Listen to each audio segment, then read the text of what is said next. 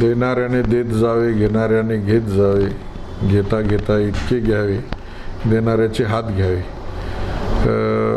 अशी एक कविता आहे.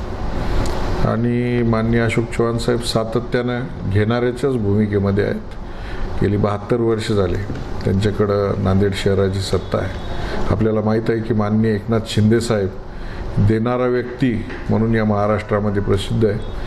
आणि 2.5 वर्षामध्ये त्यांनी त्यांच्या कामाच्या माध्यमातून जो काय ठसा उमटवलेला आहे आणि त्या माध्यमातून 60 आमदार त्यांनी निवडून आलेले आहेत. जो माणूस देत असतो त्याच्याकडेच लोक येतात आणि एवढा लोकांचा जो आशीर्वाद आहे तो त्यांना लाभलेला आहे, म्हणून हे 60 लोक निवडून आले.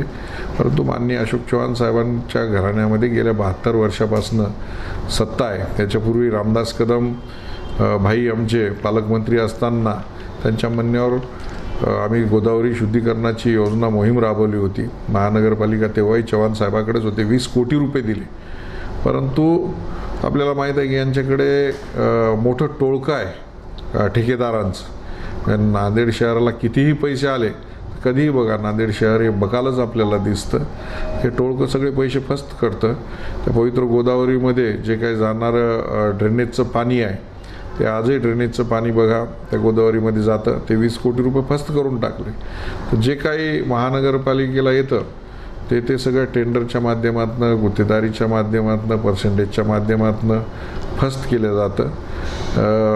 परत ते काही फस्त करण्यासाठी मागणी होती का काय असा मला त्यांना सवाल करायचा आहे. सरकार उपमुख्यमंत्री आले होते नांदेड सर्वांसाठी खुलं आहे ना. 39 आपली विमानसेवा सुरू आहे, कोणी येऊ शकतं, कोणी जाऊ शकतं.